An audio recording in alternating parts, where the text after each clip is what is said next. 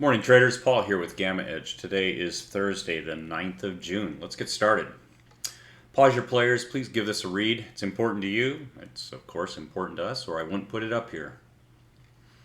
Starting with the market model, longer term, we're still seeing a bullish improving structure. Shorter term, intraday, we're seeing actually very much a weakness pattern in that we go up, we come down, we go up, we come down. So short term choppy, longer term still improving. Net bias is upward. Go ahead and read the pop-ups here.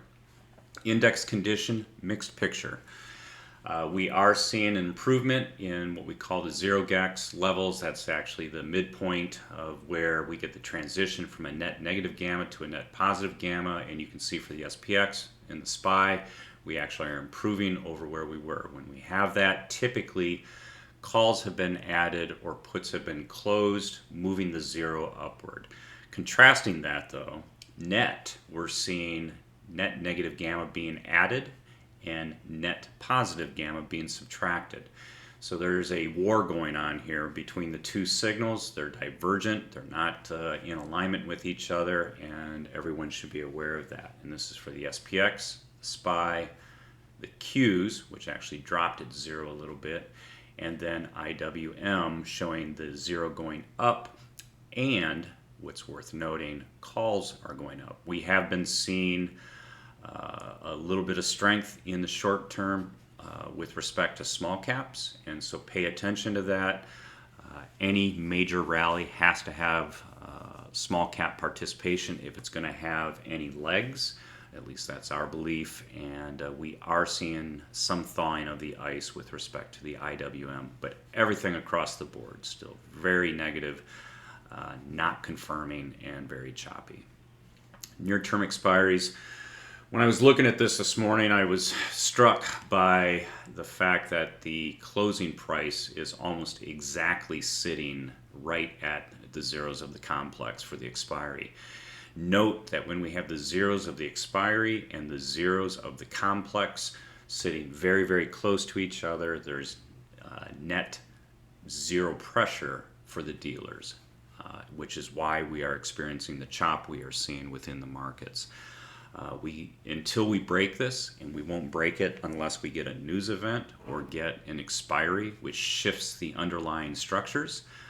So we're expecting more of the same, and I think you can play this in context of using perhaps a condor or something where we just don't move an aggressive amount either direction.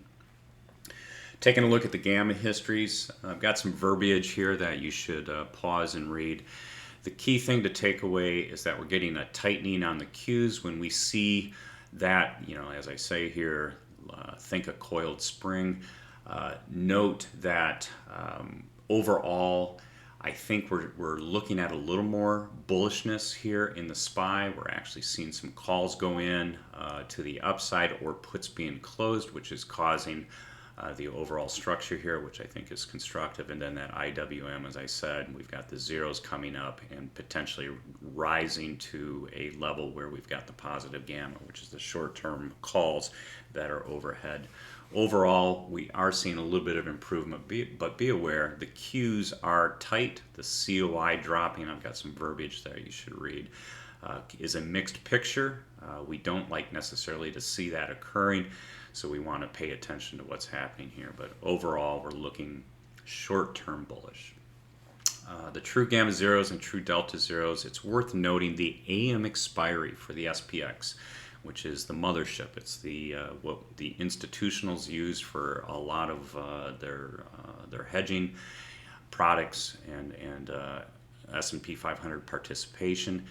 They have dropped a considerable amount. So both the gamma zero and the delta zeros have dropped. We feel this is significant. Everything else, especially the short-term PM settled, which you can see here with the SPXP, is moving up. And when we get that type of push-pull, again, not confirming, we want to pay attention to what does the SPXA, the AM settle do. Now remember, next week is a very major expiry, and we could see some rotation coming out of next week's expiry into the July and beyond, so that could be part of what we're seeing here, exposing those lower levels, or we could actually see puts going in anticipation of some downside movement.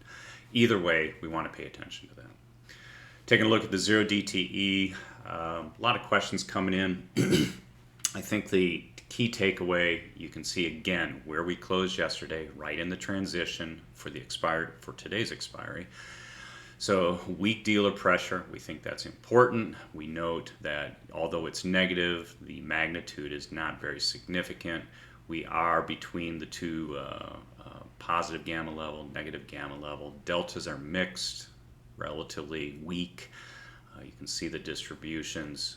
It's probably notable only in the 0 DT is only notable in that we just keep subtracting a little bit more negative delta, or negative gamma, day over day than we are adding on the positive gamma, which is overall net bullish. The SPX combo, which is the AM plus PM, we do not add the SPY into this. We keep getting questions on this, so I just want to be clear on that. We do not add the SPY like others do. We keep them pure on the SPX. A couple things to be aware of. So first of all, we're remaining very negative. So and you saw this in the wing structure. The red wing is much, much greater than the green wing, which is indicative here. You can see that in the net gex here. Negative here. One of the key things that I want everyone to be aware of is that while this delta level remains heavily negative with some fairly significant numbers up here, it's going to be hard to rapidly advance up this path. We can do it.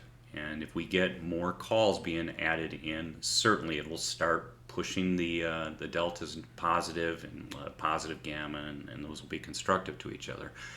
But we're not seeing it. We're not seeing this. In fact, I would say we're actually dropping a little bit in the deltas, which is, as I showed you on the previous slide, when we see those zeros dropping, that's actually net bearish, not net bullish.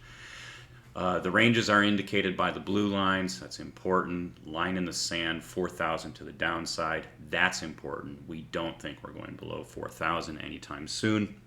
You can see that if we do lose the 4,100 level, that it opens up to 40.75 and the 40.50, minor level here at 25, and then that puts clearly in the crosshairs the 4,000 level. To the upside, we basically, if we can get above 41.50 again, we could potentially grind upwards towards 4,200. I don't anticipate going towards the JPM long puts at this time. There's still a headwind. The dealer day-over-day reaction is to sell as these become more and more in the money, and down here the deltas are more positive for the dealers, which means all things equal, they have to sell futures and correlated instruments. So overall, we are watching for a grind up. We think the 4,200 level is very, very important. We don't anticipate aggressively moving in this area. If we do, we think we bounce against this to the downside. We don't think we're going to get below 40.50. We think there are a number of stopping points on the way down, and this positive delta down here supports that, and certainly below 4,000. I'm just not seeing it in the short term. Before I change slides, I want to draw your attention over here. 21% is coming off next Friday of the SPX. Another 1, 5, 4. So when you add all these together, we've got about 31% of the SPX vaporizing between now and next Friday. That's important. When you look at a $5 to $6 trillion market in the SPX, 30% of that is vaporizing and has to be reallocated out into July and beyond. And watching where that money goes is going to be really, really important, and is the event to break us free of this pinning that we're seeing in the overall structure. The expiration here, really seeing just weakening across the board, just more drifting right now. Nothing remarkable. Kind of surprised me because we've got a major VIX expiry next week. Not really seeing any positioning ahead of that, so we'll have to wait and see what's happening here as we get into next week. The SPX structure, we just can't seem to get out of this base of the transition zone. We've been here for a week. The 4200 levels going up and down depending on where we are with regard to spot. 4285 is the JPM long puts that are currently ITM. And, you know, frankly, if we do break the 4200 level, which is this, I think we grind up into this. I don't see a lot of dealer adjustments being able to compensate and push us through this anytime soon. I will draw your eye down here. We are seeing growing gamma and delta levels down here at the 4000 strike. That is indicative of puts going into the complex, so just be aware of that.